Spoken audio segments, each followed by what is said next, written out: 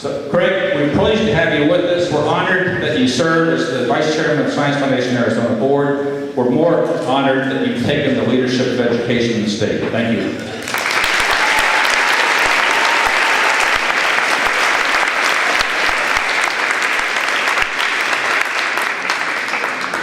Well, it's a real pleasure to be here and see all the enthusiasm in the room. And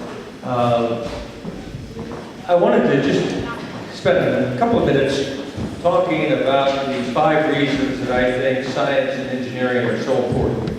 Not just for the young people here, but for the state of Arizona and for our nation. And the 5 things I'm going to talk about very briefly are: 1, I think science and engineering is really cool.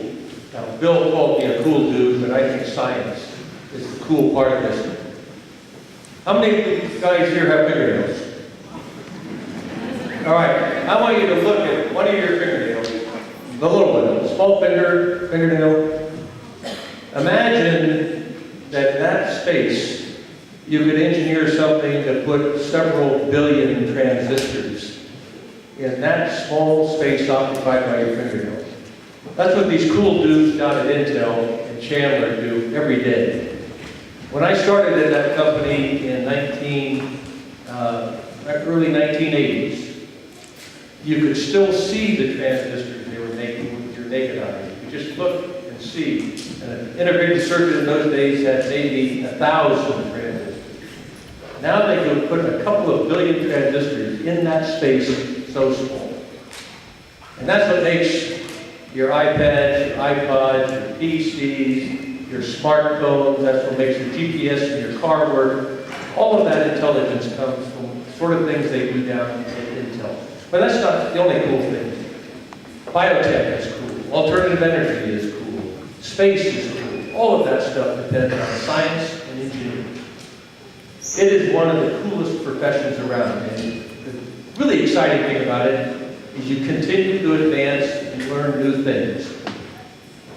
How many of you have heard of Moore's Law here?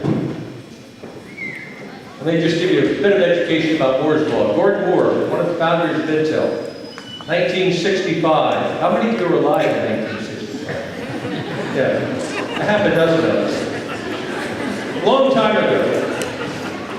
But in 1965, Gordon said, hey, it looks like we could put twice as many transistors on an integrated circuit every 18 months or so. So you can double something every 18 months. And normally when you start to double things, it doesn't last that long. But we've gone from 1965 to 75 to 85 to 95 to 05. We're now in 2012. And it looks like Moore's Law is going to be valid for another 15 years. So in 15 years, those cool dudes in Chandler and Intel won't be putting a couple of billion transistors into an integrated circuit the size of that fingernail. They'll be putting about 100 billion transistors in that space. Just think of how cool that is. All right, that's point 1. Science and engineering is really exciting. And the frontiers are limitless. New stuff every day. What's the second reason? Every country around the world, including the United States, would it help if I stood still and you're trying to aim that camera? Yes. I do that all the time, sorry. Every country around the world has listed what are the exciting industries of the future. It doesn't matter if you're in the United States, Russia, Japan, any country in Europe, China, wherever you go. And the exciting industries of the future, they all list are the same.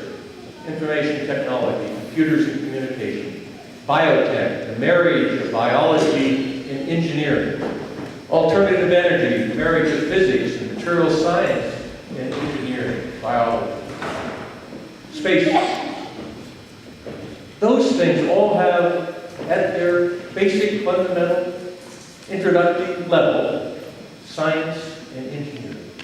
And if you want to participate in any of those exciting technologies, those exciting industries of the future, you've got to have a good background in science, math, and engineering. That's what the future jobs are going to be. Okay, those are 2 reasons. It's cool, it's what the future is. Let me give you three very, very simple, easy to understand reasons of why it's important. For all you kids here, how many of you want to get a good job that pays a lot of money?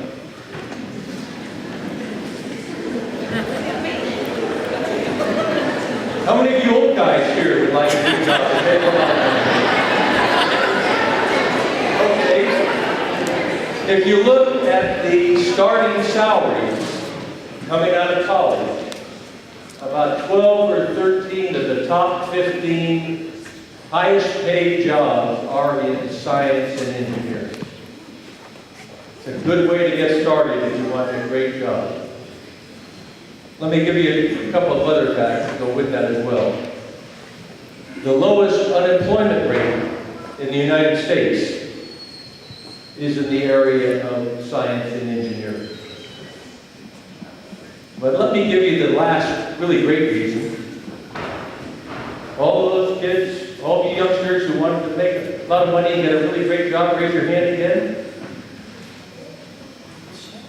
The most common education background of a Fortune 500 CEO, and if you don't know what that means, Fortune 500 are the top 500 companies in the United States, the biggest companies. The most common educational background of the head of those companies is engineering. It's a great way to learn how to solve problems and to move ahead in the professional life. Engineering is the best fundamental education to move ahead. So, you've been very quiet. I need to hear noise. How many of you think science, technology, engineering is cool?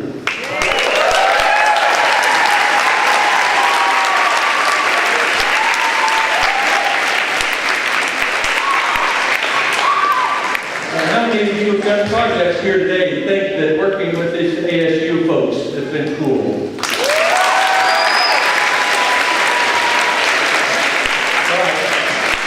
We're going to be polite, and I think what we need to do is to tell all the mentors that you've had in these projects that are all around this room and the next room, you need to say thank you in as loud a voice as you can, but let me prompt you when to say it. Okay, I'm going to count to 3. When I say 3, you just yell out, thank you, as loud as you can, all right? All right, 1, 2, 3.